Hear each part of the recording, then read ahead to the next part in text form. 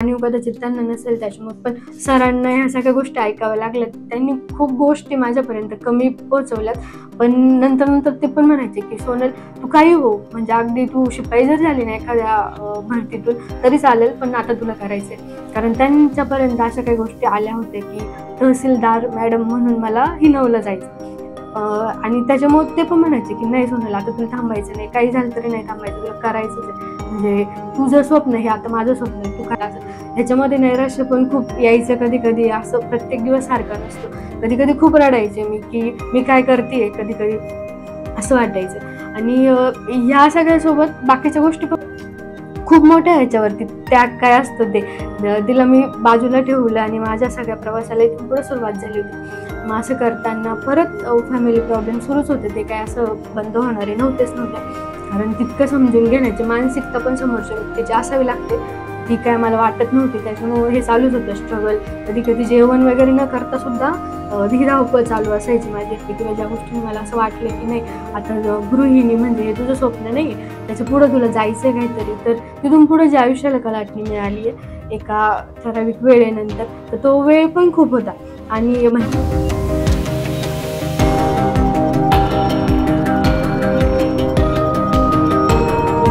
नमस्कार, माझे नाव सोनाली राजेंद्र भादेकर. माझं रत्नागिरी जिल्हा परिषद येथे प्राथमिक शिक्षिका म्हणून सिलेक्शन झालंय. आणि आज मी माझ्या प्रवासाची गोष्ट सांगणार इथपर्यंतच्या, की कसं झालंय माझं हे सगळं स्ट्रगल. माझं यश मला थोडं उशिरा मिळालंय, तर त्याच्यात पण मी 7-8 वर्षांचा गॅप आहे, तर त्याबद्दल पण मी सांगणार आहे आज की कशी ही सुरुवात झाली आहे. तर सगळ्यात पहिल्यांदा म्हणजे माझ्या शिक्षणाचीच पार्श्वभूमी ही आहे की माझे वडील शिक्षक आहेत, आजोबा शिक्षक होते आणि चुलते पण शिक्षक आहेत. त्याच्यामुळे मी डी.एड करावं ही त्यांची इच्छा सगळ्यात जास्त होती. प्राथमिक शिक्षण हिवरेगाव आंबरे, तालुका अकोले या ठिकाणीच झालं. त्याच्यामुळे आणि अभ्यासात पण व्यवस्थित होते, असं काही नाही की म्हणजे खूप टॉपर होते वगैरे असं नाही, पण मग 2रा-3रा नंबर असायचा. आणि असं करत 10वीला मी इथं संगमनेरमध्ये माझी 10वीची एक्झाम झाली आणि चांगले स्कोअर आला, तर 12वी सायन्सला ॲडमिशन, म्हणजे 11वी सायन्स करून 12वी सायन्समधनं चांगले मार्क्स मिळवले.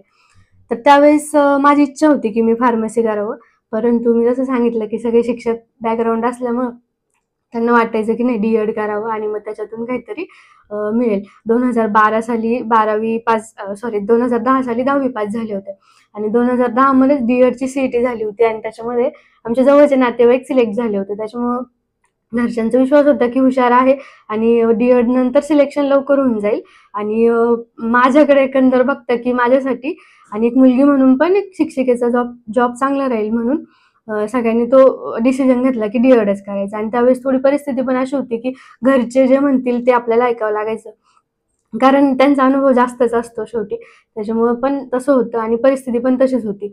मग असं करताना माझी इच्छा म्हणून मी फार्मसी कॉलेजसाठी फॉर्म पण भरले होते. CET दिली होती, चांगले मार्क्स होते, फॉर्म पण भरले होते. पण माझं लक पण इथंच होतं ना की एकच ऑप्शन दिला, तिथे काही नंबर लागला नाही. आणि डी.एडला फर्स्ट राऊंडलाच गव्हर्नमेंट कॉलेजला नंबर लागला आणि सेकंड राऊंडला पुन्हा मी फॉर्म भरला जेव्हा फार्मसीसाठीचा, तेव्हा बरेचसे कॉलेज दिले होते आणि नंबर पण लागला होता. पण डी.एडला गव्हर्नमेंट कॉलेजला नंबर लागल्यामुळे डी.एड करण्याचा निर्णय मग घरच्यांनी पण घेतलाच होता.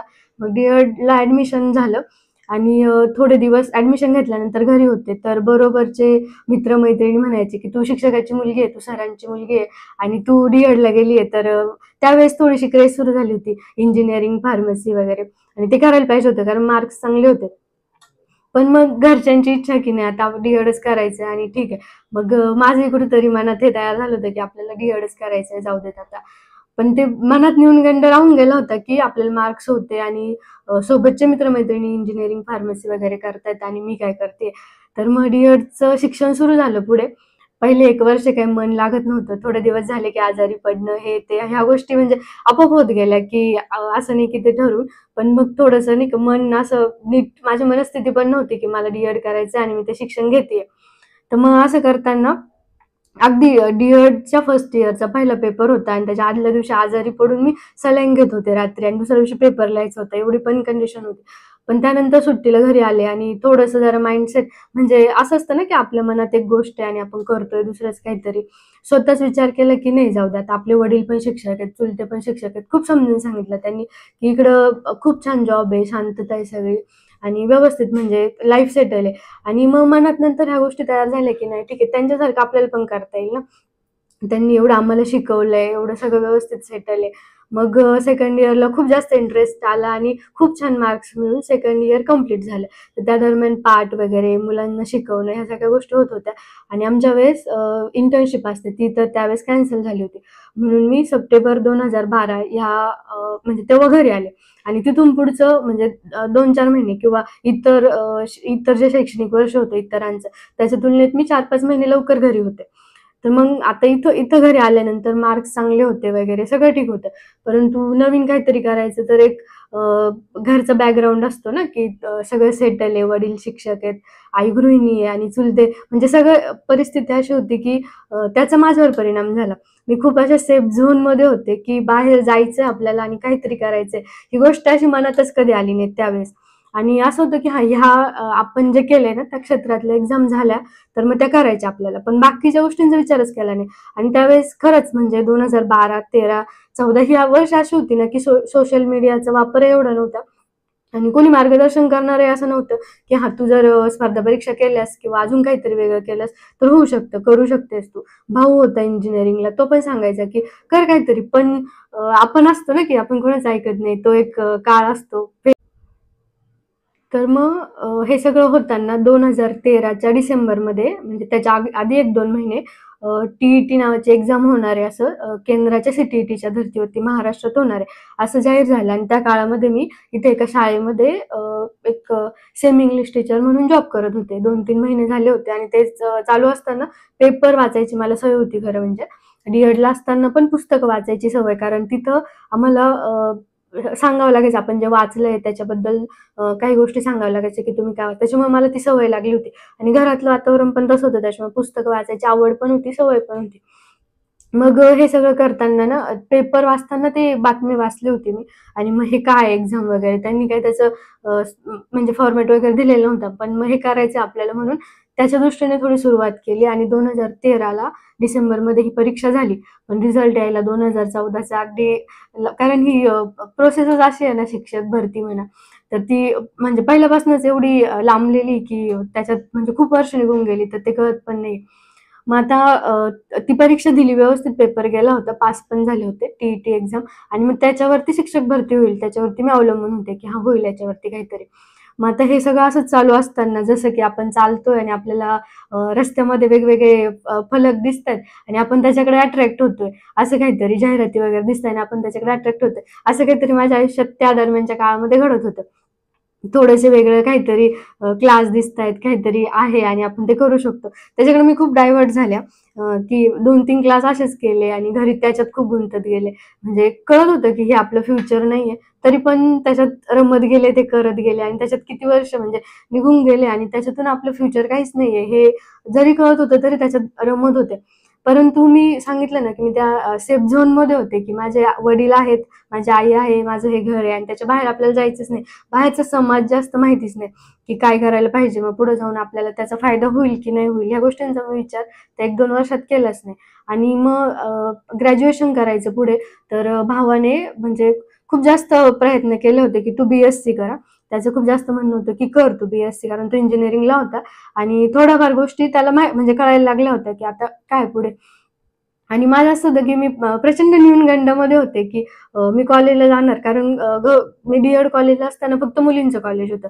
12वी पर्यंत होते तर मुलं-मुली एकत्र होतो, पण मग आपला एक ग्रुप असायचा, आपण त्याच्यात काही एवढं इन्व्हॉल्व होत नाही. आणि मग डायरेक्ट कॉलेजला जायचं, तर त्याचं थोडं मला टेन्शन यायला लागलं, की मी माझ्यापेक्षा मुली 2-3 वर्षांनी 2 नाही 3-4 वर्षांनी लहान असणार आणि मग माझं म्हणजे होणार असं, की त्या मुलींशी जुळवून घ्यायचंय. म्हणजे कोणी काही म्हणणार नव्हतं कदाचित, पण तो प्रश्न माझ्याच मनात होता, की मला जमेल का हे सगळं? आणि मला भीती वाटायला लागली. म्हणजे अगदी 2-3 वर्षांचा गॅप आणि त्याचा स्टॅम्प बनवून ॲडमिशन घ्यायला गेलो आणि त्यावेळेस मी त्याला सांगितलं, की मला हे ॲडमिशन नाही घ्यायचं, कॅन्सल कर म्हणून. आणि ते ॲडमिशन कॅन्सल केलं. ही माझी पहिली चूक ठरली त्यावेळेसच्या आयुष्यातली. कारण डी-एड केलं होतं तर ठीक होतं ते.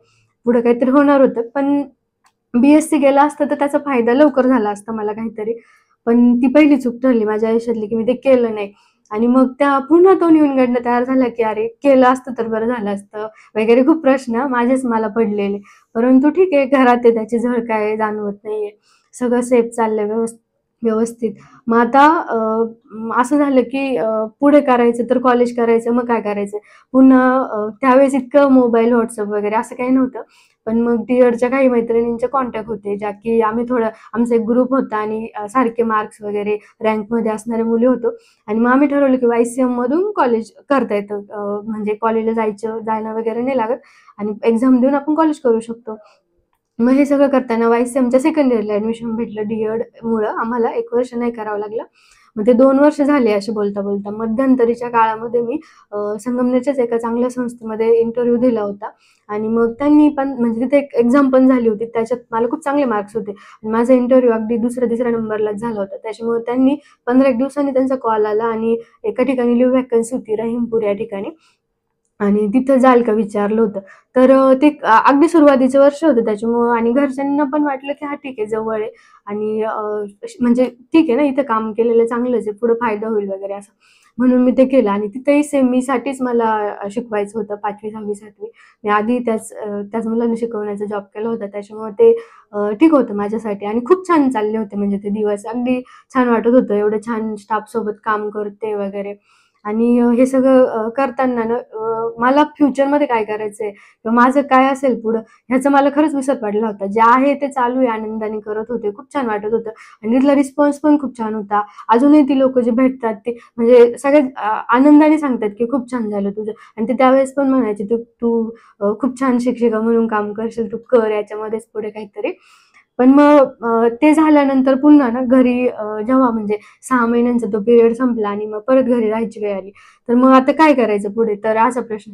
पण असं कधी मनात पण आलं नाही, की आपण स्पर्धा परीक्षा कराव्यात आणि मग त्याच्यातून आपण पुढे काहीतरी करू शकू. मग असंच परत हे सुरू झालं, की आता काय करायचं वगैरे. पुन्हा त्या गोष्टी, की ज्या नको करायला त्याच्या नादी लागत गेले. त्याच्यात परत काही दिवस गेले. पुन्हा असंच छोटं-मोठं म्हणजे शिक्षकाचा जॉब पुन्हा करायला सुरुवात केली. मग हे सगळं करता-करता पुन्हा काही ठिकाणी इंटरव्ह्यू वगैरे असेल ते सुरुवात झाली. मग असं करताना 2016 साली म्हणजे त्या दरम्यान लग्नाची प्रोसेस चालू होती. त्याच्यामुळे पण मी ते BScकडे जाण्याचा माझा तो निर्णय थोडासा म्हणजे मला त्याची पण भीती वाटायची, की मी शिक्षण चालू आहे आणि माझं लग्न झालं तर ते होईल का? म्हणजे काही नसताना उगीचच काहीतरी शंका मनात यायच्या आणि मी ते न्यूनगंडामुळे त्या गोष्टी केल्या नाहीत. आणि मग लग्न झालं 2016ला आणि तिथून पुढं म्हणजे खरं तर आयुष्याला खूप मोठी कलाटणी मिळाली. सगळ्यात जास्त जी जाणीव होणं खूप गरजेचं असतं आपल्याला. जी जाणीव झाली ती 2016च्या नंतरच. तर मग आता एप्रिलमध्ये लग्न झालं. त्याच्यानंतर 1-2 महिने हा ठीक होतं, सगळं व्यवस्थित चालू आहे वगैरे. पण त्यानंतर ना आपलं अस्तित्व काय आहे, आपण काय करतोय आणि म्हणजे जे आपलं इकडचं फॅमिली लाईफ होतं ते आणि तिकडचं चेंज झालेलं. कारण शेती बॅकग्राऊंड होता थोडासा, त्याच्यामुळे थोडंसं आणि इकडं शेती नसल्यामुळे काहीच माहीत नव्हतं. आणि जरी शेतीत जायचं नाहीये, तरी पण आपण लोकांची मानसिकता नाही बदलू शकत. म्हणजे ते शिकलेले आहेत वगैरे, जॉब करतायत, आपण त्यांच्यासोबत राहतोय. परंतु फॅमिलीचा खूप मोठा फरक पडतो, की ते आपल्याला सपोर्ट करतायत का? किंवा आपला आदर करतायत का? किंवा आपण जे करतोय त्याच्यामध्ये आपण योग्य आहे, अयोग्य आहे ह्या गोष्टी ते सांगतायत का? नाही. ते प्रत्येक वेळेस जर आपला अपमान होत असेल किंवा आपल्याला काहीतरी चुकीची वागणूक मिळत असेल, तर खूप निगेटिव्हिटी तयार होते आणि माझं आत्तापर्यंत खूप कम्फर्ट झोन होता माझा, की माझे आई-वडील आहे, माझे भाऊ आहे, माझे चुलते म्हणजे ह्या चौकटीच्या बाहेर मी कधी पडलेलेच नव्हते. आणि खरी जाणीव मला नंतर व्हायला लागली, की आपलं असणार असं म्हणजे आपलं म्हणणारं असं कोणीच नाही आणि हे माझ्या बहिणीला पण माहिती आहे, एकच बहीण आहे. तर तिला पण या सगळ्याची जाणीव आहे, की अचानक नाही का काहीतरी करते मी आणि अचानक आईला आवाज द्यायचे. म्हणजे आई नसताना पण मी आई, आई असं म्हणायचे. तर तिला ते 2-3 वेळा जाणीव झाली होती. ज्या अशा खूप गोष्टी घडल्या त्या दरम्यानच्या काळामध्ये, की मी माझं काहीतरी असावं ह्याची जाणीव मला पहिल्यांदा तेव्हा झाली आणि तेव्हा खूप वर्ष उलटून गेली होती ना. 4-5 वर्षांचा तरी गॅप झाला होता, की आता काय करायचं? म्हणजे पुढं काय करावं? हा सगळ्यात मोठा प्रश्न होता आणि काय करणार आहे? तर असं म्हणजे सरांचा, माझ्या मिस्टरांचा खूप जास्त सपोर्ट होता. म्हणजे त्यांचं असं काही म्हणणं नव्हतं, की तुला काहीतरी करायचंय तर तू कर ना. पण मग कसं असतं ना, पूर्ण फॅमिली बॅकग्राऊंड म्हणा किंवा काहीतरी त्याचा खूप मोठा आडसर आपल्याला असतोच असतो. जे काही करायचं आपल्याला आणि सुरुवातीच्या काळात हा निर्णय आपण लगेच घेऊ नाही शकत. मग असं करताना पुन्हा एकदा लिव्ह व्हॅकन्सीची मला ऑफर आली, की निमगाव, बुद्रुक या ठिकाणी आणि शाळा खूप मोठी होती. जिल्हा मराठा संस्था होती आणि खूप मोठं युनिट होतं ते आणि मग हो नाही करता मग मी ती ऑफर स्वीकारली आणि म्हणजे संस्थेची शाळा होती त्याच्यामुळे टायमिंग पण मोठा होता आणि तिथे पण 5वी ते 8वी सेमी इंग्लिश टीचर म्हणूनच माझं सिलेक्शन होतं. तर मग ते करायचं होतं. पण तिथं काम करताना ना मला म्हणजे तिथं काम करताना मला 7 ते 8 लेडीज शिक्षिकांबरोबर काम करायची संधी मिळाली.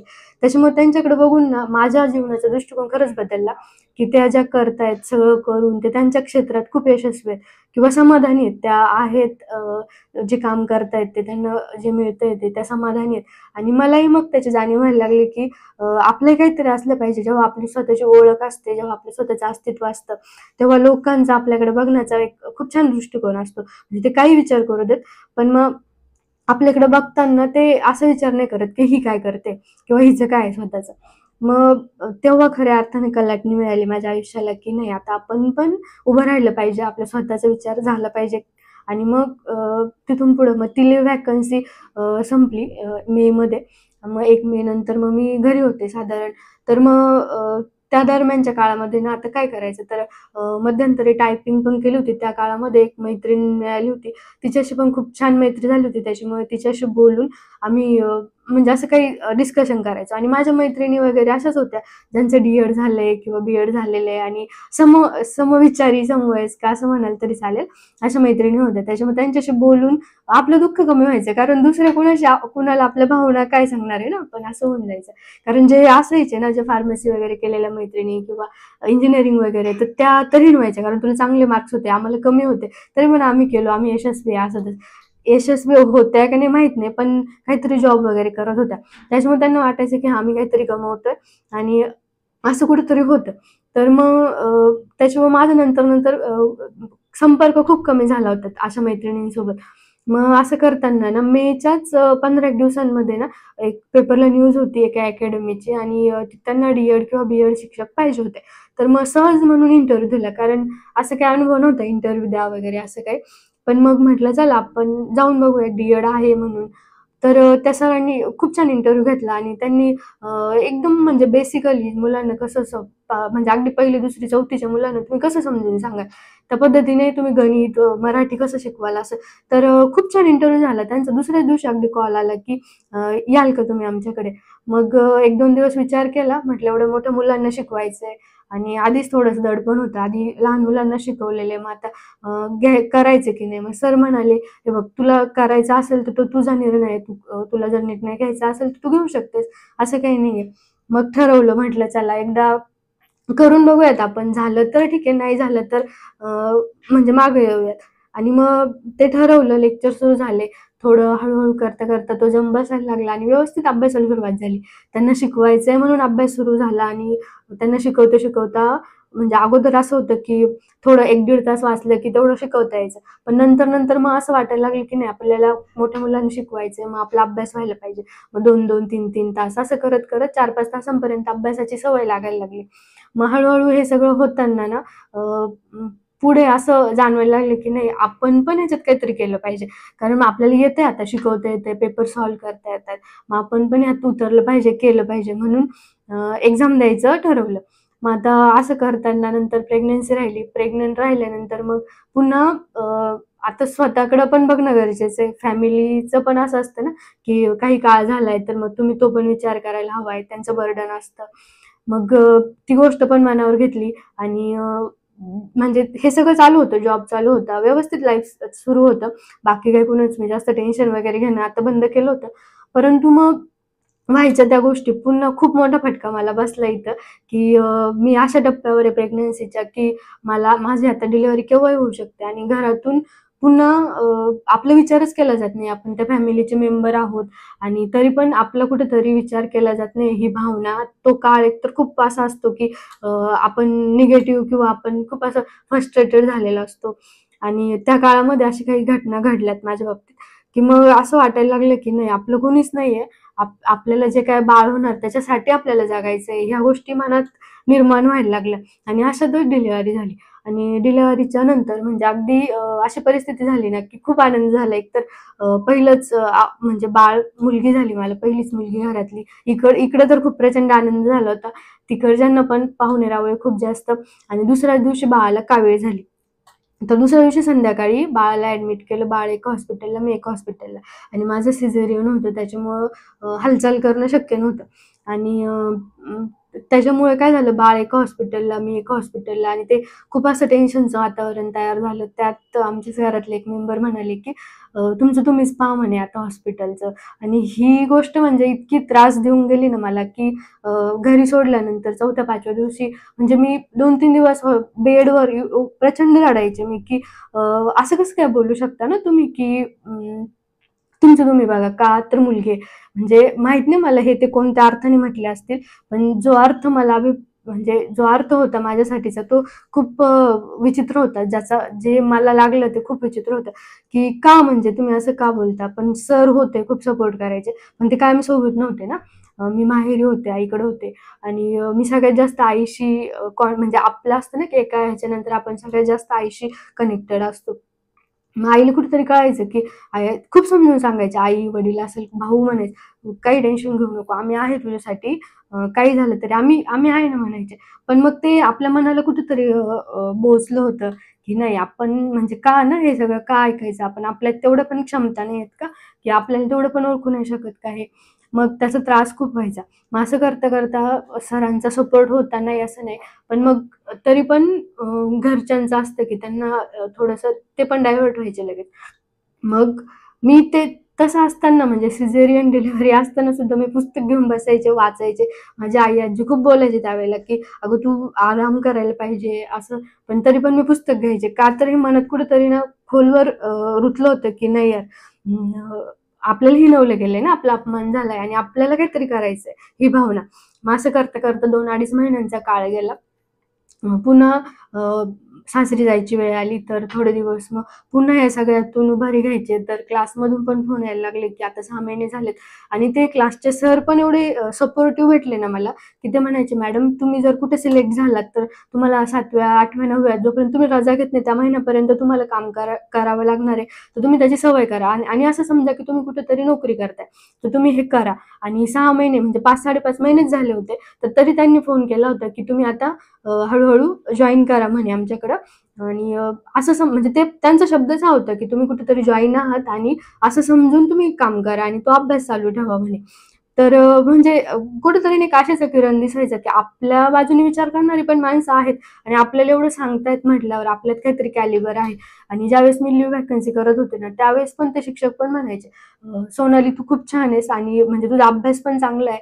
जर तू याच्यात काहीतरी प्रोग्रेस करत असेल तर बघ" म्हणायचे. "होऊ शकतं काहीतरी, तू छान अभ्यास कर वगैरे." पण अभ्यास कसा करायचा ह्याचीच दिशा मला त्या काळामध्ये भेटत नव्हती, की अभ्यास करायचं म्हणजे काय करायचं? परीक्षा द्यायच्या एवढं माहिती होतं, पण परीक्षा द्यायचं म्हणजे काय करायचं? त्याच्यासाठीचा पुस्तकं काय वगैरे ह्या सगळ्याचा विचार कधी मी केलाच नव्हता. मग आता इथून पुढची ही जी होती ना ही फेज, की खऱ्या अर्थाने मला याच्यात उतरायचं आणि ते सुरू झालं. मग पुन्हा लेक्चर सुरू झाले. 6 महिन्यांची होती ती. तेव्हा मी डिसिजन घेतला, की आता करायचं. आईला आणि त्यांना सांगितलं. आणि सगळ्यात जास्त तिला सांभाळणार कोण तर आईच होती माझी, आई-वडील वगैरे. मग तिला म्हणजे एवढी धावपळ व्हायची, की तिला सकाळी तिचं आवरायचं, तिला आई घ्यायला यायची, अर्ध्या रस्त्यापर्यंत मी सोडवायचे. किंवा सरांना सकाळी वेळ असेल तर ते नेऊन घालायचे. आणि ती लहान असल्यामुळे दोघांना पण जावं लागायचं. मग असं करत ती धावपळ सुरू झाली. पुन्हा ती लहान असल्यामुळे पुन्हा 2-3 तासांनी घरी जायचं आणि खूप थकून जायचे. त्या काळात मी तलाठीचा पण फॉर्म भरलेला होता. पण पुन्हा फॅमिली प्रॉब्लेम सुरूच होते, की बरेचसे टोमणे वगैरे त्या काळामध्ये ऐकायला यायचे. खूप सारे म्हणजे आपण सगळं काही सांगू शकत नाही. खूप साऱ्या परिस्थितीला फेस केलंय त्या काळामध्ये. आणि त्या दरम्यान खूप खचायच्या, खूप रडायचे मी. खूप असं वाटायचं, की काय सुरू आहे माझ्या आयुष्यात? म्हणजे मला नक्की काय करायचंय आणि कशासाठी करायचंय? पण मग हे नक्की ठरलं होतं, की जे काही करायचंय ना, ते आपल्या मुलीसाठी करायचंय. म्हणजे स्ट्राँग जर मी आज उभी राहू शकले, तर उद्या तिचं भविष्य आहे. जर मी नाही म्हणजे असं माझ्यासारखं बऱ्याचशा मुलींचं, महिलांचं हे होऊन जातं, की मुलगी आहे तुम्हाला किंवा काय आणि म्हणजे मुलगी असो मुलगा असो, पण जिथं तुम्हाला काहीतरी करायचं असतं, तर ते नाही त्यावेळेत करू शकलात तर पूर्ण आयुष्यभर त्याच्यातच राहावं लागतं तुम्हाला. आणि माझं कुठेतरी हे ठरलेलं होतं, की नाही काही म्हणजे जे असेल ना ते, पण तिच्यासाठी आपल्याला करायचंय आणि उभं राहायचंय. आणि सरांचा सपोर्ट खूप होता. ते म्हणायचे कर. आणि जेव्हा मी रडायचे किंवा जेव्हा मला असं वाटायचं ना, की ती खूप लहान आहे आणि मी तिला सोडते आणि म्हणजे आम्ही आई म्हणून तिचं काही पूर्ण नाही करू शकत आहे का? तेव्हा सर मला एकदाच सांगितलं होतं त्यांनी, की तुझी मुलगी आहे ना, ती खूप सेफ हातात आहे. ज्यांनी तुला सांभाळलंय आणि ज्यांनी तुला घडवलंय, तू आत्तापर्यंत घडली ना, त्यांच्या हातात आहे ती. त्याच्यामुळे तू तिचा विचार अजिबात करू नको. कारण ती तुझ्या वातावरणात तयार झाली, ती त्याच वातावरणात आहे आणि ते तुझ्यापेक्षा जास्त तिची काळजी घेणार आहे. त्याच्यामुळे म्हणजे खूप मोठ्या ह्याच्यावरती त्याग काय असतं ते. तिला मी बाजूला ठेवलं आणि माझ्या सगळ्या प्रवासाला इथून पुढे सुरुवात झाली होती. मग असं करताना परत फॅमिली प्रॉब्लेम सुरूच होते. ते काय असं बंद होणारे नव्हते. कारण तितकं समजून घेण्याची मानसिकता पण समोरच्या व्यक्तीची असावी लागते. ती काय मला वाटत नव्हती. त्याच्यामुळे हे चालूच होतं स्ट्रगल. कधी-कधी जेवण वगैरे न करता सुद्धा ही धावपळ चालू असायची माझी. तर मग असं करताना तलाठीचे पेपर झाला. तर मग त्याच्यात काय म्हणावं इतका स्कोर आला नाही आणि तो माझा पहिलाच म्हणजे त्या त्या दरम्यानचा पहिलाच कुठल्यातरी स्पर्धा परीक्षेचा पेपर होता. पण ठीक आहे, की मला बऱ्यापैकी कारण त्याच्या 15 एक दिवस आधी अक्षरशः काहीच अभ्यास नव्हता केलेला. त्याच्या आधी अभ्यास चालू होता. तर म्हणजे घरच्यांना आपण कुठेतरी पुढे जातोय, म्हणजे घरचे असो किंवा इतर कोणी असो, नातेवाईक असो, म्हणजे ते कदाचित बघवत नाही ना, त्याच्यामध्ये काहीतरी बाधा आणली पाहिजे, काहीतरी विघ्न आणलं पाहिजे. ह्या गोष्टी चालूच असतात. तर मी असंच करताना एकटी जाऊन पेपर देऊन आले होते मुलीला इथं ठेवून. तर ते काही कमी नव्हतं, की मी मुलीला सोडून गेले आणि खूप वेळासाठी म्हणजे पहिल्यांदा ती 9-10 महिन्यांची असताना एवढा वेळ तिला सोडून मी बाहेर होते. आणि मग पेपरचा काही स्कोर आला नव्हता. बरेचसे दिवस गेले होते आणि त्या दरम्यानच्या काळामध्ये आमचे शिक्षक अभियोग्यता चाचणी, पहिली चाचणी 2017ला झाली होती. तर त्यावेळेस मी प्रेग्नन्सीमध्येच तो पेपर दिला होता आणि त्याचा स्कोर पण 122 म्हणजे चांगला होता त्यावेळेस. तर त्यावेळेस म्हणजे त्यांनी जागा अमुक भरू, तमुक भरू असं करत खूप कमी जागा भरल्या. त्याच्यामुळं माझं काही त्यावेळेला आणि 2019-20 पर्यंत अगदी ती प्रक्रिया चालू होती. ती काही लगेचच्या लगेच पूर्ण झाली नव्हती.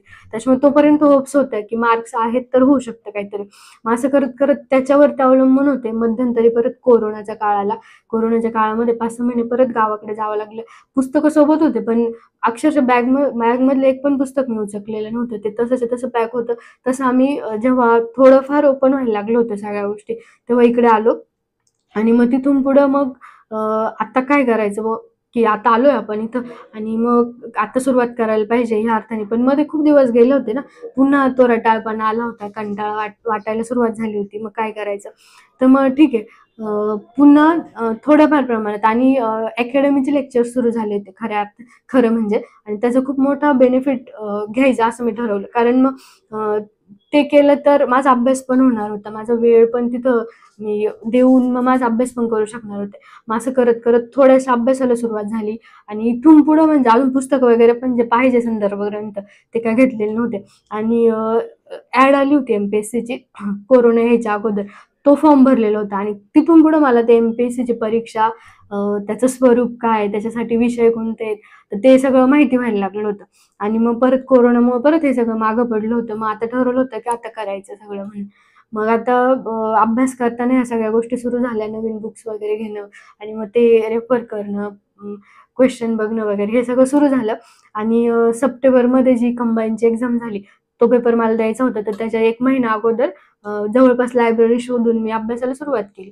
तर मग 1च महिना अभ्यास, 1 महिना पण नाही म्हणता येणार, कमी दिवस. पण मग तरी पण त्या दिवसामध्ये थोडाफार अभ्यास करून माझा स्कोर यायला म्हणजे आला होता बऱ्यापैकी. मग असं वाटत होतं की एवढी मोठी स्पर्धा आहे आणि मी एवढ्या उशिरा हे सगळं करतेय, होईल की नाही? परंतु सरांचा सपोर्ट होता आणि आई नेहमी म्हणायची, "मला ना तुला काहीतरी झालेलं बघायचंय, कारण आम्हाला जे करायचंय ते आम्ही केलंय." ती म्हणायची बरं का. वडील पण म्हणायचे, कारण ते काही कमी करत नाहीत आपल्यासाठी आपले आई-वडील आणि जो म्हणजे ते त्यांच्या परीने भरपूर सारं केलं होतं त्यांनी, की आमची मुलगी आहे किंवा काय तिच्यासाठी हे पाहिजे ते पाहिजे. म्हणजे फक्त शिक्षणच नाही तर बाकीच्या पण खूप गोष्टी त्यांनी अवेलेबल करून दिल्या होत्या. एवढंच नाही तर माझी म्हणजे एवढीशी मुलगी त्यांनी सांभाळली होती. त्यांचे बाकीचे कामं, त्यांच्या कुठल्याही सगळ्या गोष्टी बाजूला ठेवून नाही ताईची मुलगी आणि तिला सांभाळायचं. म्हणजे ह्या गोष्टी त्यांच्यासाठी खूप प्रायोरिटी होत्या. तर मग मला पण असं वाटायचं की नाही, आपल्यासाठी जर कोणतरी करतंय काहीतरी तर मग आपण पण त्या संधीचा आता फायदा घेतला पाहिजे. इतके दिवस असणारा कम्फर्ट झोन त्यातून बाहेर पडून आपल्याला काहीतरी करायची ही जाणीव त्यातून जे काही निर्माण झालंय ते. आणि मग सप्टेंबरचा पेपर झाल्यानंतर ऑक्टोबरमध्ये दिवाळी आली. त्याच्यानंतर मग अ, म्हणजे अगदी महिना वगैरे गेल्यानंतर मग हा स्ट्राँग डिसिजन झाला, की नाही आता लायब्ररी जॉइन करायची आणि होईल तसा अभ्यास सुरू करायचा. म्हणजे इथून पुढची माझी 2020 नंतरची सुरुवात. आणि मग तिथं फॉर्म भरलेला होता. एस-टी-आयच्या जास्त जागा होत्या. परंतु असं होतं ना, की सगळा अभ्यास झालेला नव्हता आणि ती एक्झाम लगेच होती फेब्रुवारीमध्ये. पण मग त्याचा नोव्हेंबर 2020 पासून माझा व्यवस्थित अभ्यास सुरू झाला होता. मग तिथून पुढे तो अटेम्प्ट दिला आणि त्याच्यात मी प्री पास होऊन गेले. म्हणजे माझा 1-2 विषयांचा अभ्यास पण राहिलेला होता. इतकं काही केलेलं नव्हतं मी. फक्त प्रिव्हियस इयर वगैरे करून त्याच्यावरती माझा तो अटेम्प्ट आणि त्याने म्हणजे माझं प्रीमध्ये प्रीचा पेपर निघाला होता. त्याच्यामुळे खूप जास्त कॉन्फिडन्स आला होता आणि खरं तर हे म्हणजे आत्तापर्यंत मी जे समजत होते ना, की न्यूनगंड माझ्यात होता तो खऱ्या अर्थाने, की मी इतर मुलांशी स्पर्धा करेल का? मुली माझ्यापेक्षा मोठ्या आहेत. मी मुलांचा विचार नाही, पण मुलींच्या दृष्टीने असा विचार करायचे, की आत्ताचे मुलं जास्त शिकलेले आहेत किंवा टेक्निकल गोष्टी त्यांना जास्त माहिती आहेत आणि आपण ज्या बॅकग्राऊंडमधून आलोय, म्हणजे माझं शिक्षणाचं बॅकग्राऊंड, की मला ह्या गोष्टी माहीत नाहीत वगैरे. पण ह्या प्रीच्या रिझल्टने ना मला खूप कॉन्फिडन्स दिला, की मी करू शकते ह्या गोष्टी. आणि मग तिथून पुढं पूर्णतः अभ्यास करायचा ही तयारी आणि याच्यातून सुरुवात झाली. मी लायब्ररीमुळे मला खूप जास्त फायदा झाला, कारण तिथं भेटलेलं म्हणजे सगळे मित्रमंडळी असतील, त्यांच्यामुळे मला खूप मदत झाली. कुठला क्वेश्चन आला की त्यांना विचारणं आणि त्यांनी पण म्हणजे असं संकोच न बाळगता सगळी मदत केली. त्याच्यामुळे मला खरंच फायदा झाला, की पुढं काहीतरी करायचंय मला आणि ते करू शकले. परंतु माझा अभ्यास कमी होता, वेळ कमी होता. तर त्या दरम्यान खूप वेळ देऊन म्हणजे अगदी मुलीकडं कशाच्याच बाबतीत तिच्याकडे लक्ष नाही दिलं. तिचा बर्थडे असेल त्याला पण मी फक्त वेळेला गेले. एवढं करून म्हणजे पूर्ण त्याग केला होता. कारण त्याशिवाय गोष्टी पुढे जाऊच शकत नव्हत्या ना. अ, आणि हे सगळं करताना सोडावंच लागतात काही गोष्टी. फोन फक्त मुलीसाठी आईला व्हायचा आणि एक मैत्रीण होती जी की अभ्यास करायची तिला व्हायचा. बाकी कुणाशी फोन नाही वगैरे काहीच नाही. तर हे सगळं करताना मग पण त्या मेन्सला म्हणावे असे मार्क्स आले नाही, माझं सिलेक्शन झालं नाही. पण ह्या परीक्षेने ना माझ्यामध्ये आत्मविश्वास निर्माण केला तो, की मी काहीतरी करू शकते. म्हणजे माझ्यात काहीतरी आहे आणि मी ते मिळवू शकेल. अजून काहीतरी थोडाफार बदल, कारण तेव्हा काही माझ्या चुका असतील. मी बाकीच्या गोष्टींना नाही दोष देत. माझ्या चुकांमुळं माझं सिलेक्शन राहिलंय. माझा अभ्यास कमी पडला. पण मग ह्यातून माझ्यातला कॉन्फिडन्स वाढला, की मी करू शकते आता. आणि त्या दरम्यान ना मुलगी पण म्हणजे तिला पण पूर्ण कळायला लागलं होतं, की आपली आई काय करते. तर ती म्हणजे अगदी आमच्या घरात पण ते वातावरण होतं. मी सरांशी संध्याकाळी डिस्कस पण करायचे जेव्हा मी लायब्ररीतून घरी जायचे. तर आमच्यात चर्चा पण ती असायची, की असा अभ्यास झालाय किंवा हा पेपर किंवा एखादा विषय, एखादा टॉपिक आहे जो मला कळत नाही, तो त्यांच्याकडनं समजून घेणं असेल किंवा ते चर्चेमधून समजून घेणं असेल ह्या गोष्टी. तर तिला पण ह्या गोष्टी कळायला लागल्या होत्या. आपली आई काहीतरी करते. आणि मग जर असं कधी झालं, म्हणजे असं काही नाही की मी रोज आनंदाने अभ्यास वगैरे व्हायचा असं. ह्याच्यामध्ये नैराश्य पण खूप यायचं कधी-कधी. असं प्रत्येक दिवस सारखा नसतो. कधी-कधी खूप रडायचे मी, की मी काय करतीये कधी-कधी असं वाटायचं. आणि ह्या सगळ्यासोबत बाकीच्या गोष्टी पण पुढे जात होत्या. जसं की माझं एक-एक दिवस वाढत होता, तसं बाकीचे फॅमिली मॅटर्स पण पुढे-पुढे जात होते. त्यातून तर बरेचसे प्रॉब्लेम्स. कारण मी मेन्सच्या काळामध्ये अगदी सकाळी 7 ते संध्याकाळी 8-9 वाजेपर्यंत लायब्ररी एवढंच असायचं माझं. त्या दरम्यान काय-काय, कोण-कोण बोलत असेल किंवा मी एवढा वेळ देते याची जाणीव कदाचित त्यांना नसेल त्याच्यामुळे. पण सरांना ह्या सगळ्या गोष्टी ऐकाव्या लागल्यात. त्यांनी खूप गोष्टी माझ्यापर्यंत कमी पोहोचवल्यात. पण नंतर-नंतर ते पण म्हणायचे, की "सोनल, तू काही हो, म्हणजे अगदी तू शिपाई जर झाली ना एखाद्या भरतीतून तरी चालेल, पण आता तुला करायचंय." कारण त्यांच्यापर्यंत अशा काही गोष्टी आल्या होत्या, की तहसीलदार मॅडम म्हणून मला हिणवलं जायचं. अ, आणि त्याच्यामुळे ते पण म्हणायचे, की "नाही सोनल, आता तुला थांबायचं नाही. काही झालं तरी नाही थांबायचं. तुला करायचंच आहे. म्हणजे तुझं स्वप्न हे आता माझं स्वप्न आहे. तू काही कर, पण ते करायचंय." मग ना ती एक प्रेरणा होती, की आपल्याला आता पुढे जायचंच आहे आणि ते करायचंच आहे. त्याच्यामुळे हे सगळं चालूच होतं. हे इतकं सोपं नव्हतं वाटतंय तितकं किंवा मी जितके सांगते तितकं. प्रत्येक ह्याच्यात खूप खाचगळगे होते. खूप खूप जास्त स्ट्रगलमधून आले. पण असं होतं ना, की आपल्या मागं असणारी व्यक्ती खूप खंबीरपणे सांगते, की "तू चल पुढे, मी आहे तुझ्या मागं."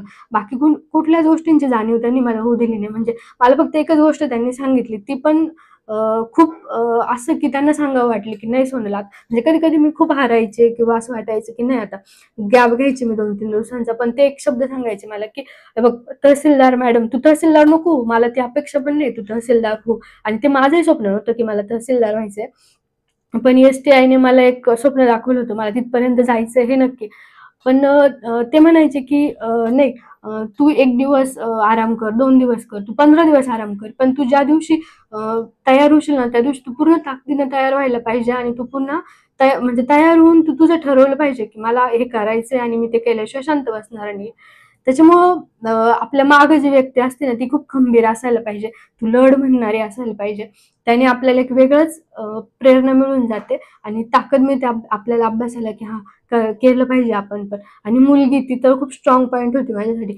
कधी-कधी मी निराश झाले ना, तर ती म्हणजे भले अभ्यास नाही हो आमचा, पण ती म्हणायची, "चल आई आपण अभ्यास करू." ती सोबत बसायची माझ्या. "आई हे करू, आई ते करू." तिला माहिती होतं.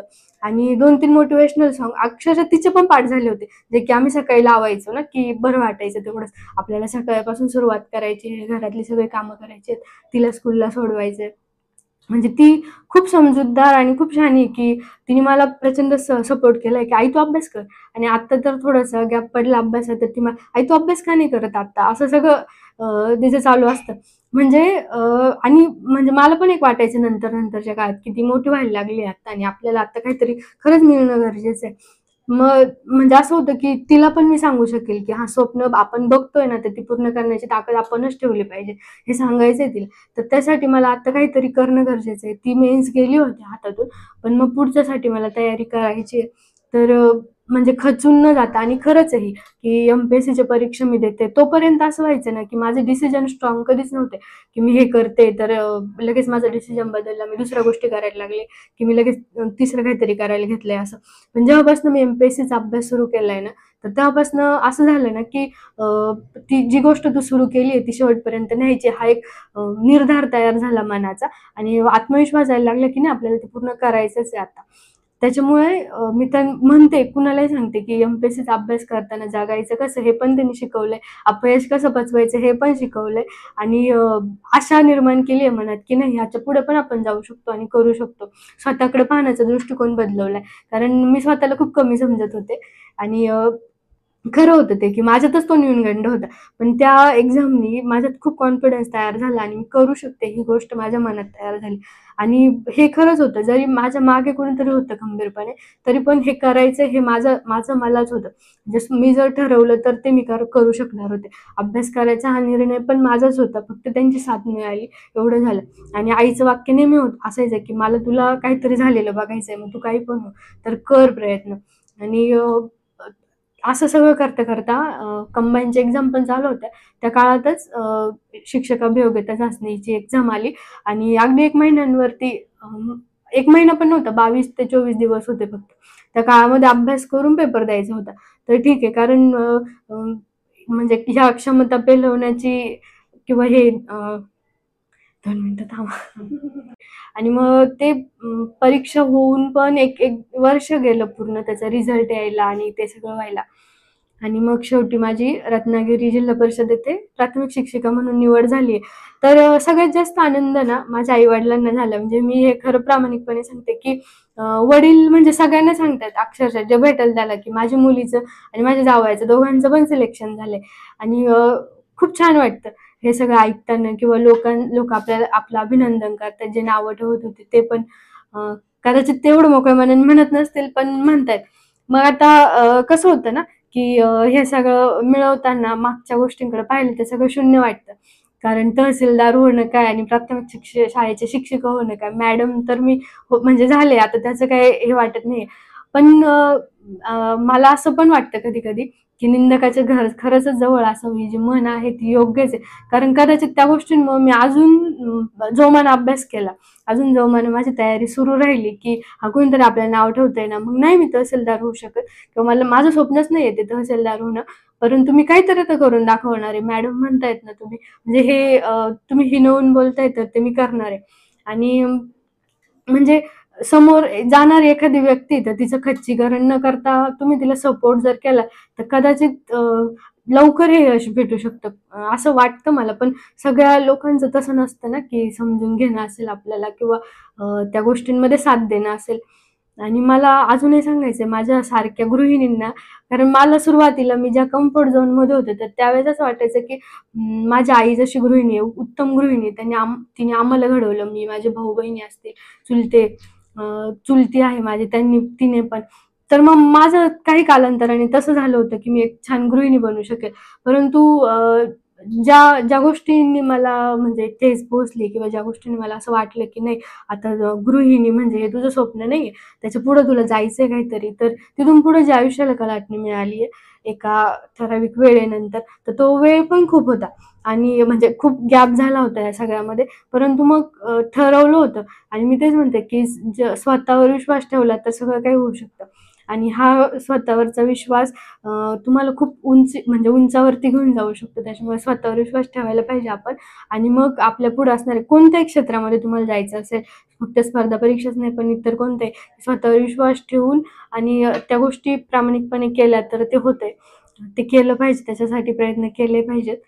की आपण एकदा घेतलेला निर्णय ना, तर त्याच्या पूर्ण 100% दिले पाहिजे आपण.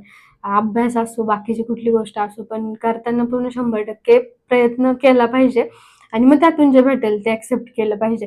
आणि अभ्यास करताना सगळ्या गोष्टींची जाणीव ठेवून, समजून घेऊन अभ्यास केला पाहिजे. फक्त घोकंपट्टी यावरती सगळं होत नाही. कारण समजून घेऊन केलं तर आपल्याला आपलं यश पण आहे पुढे.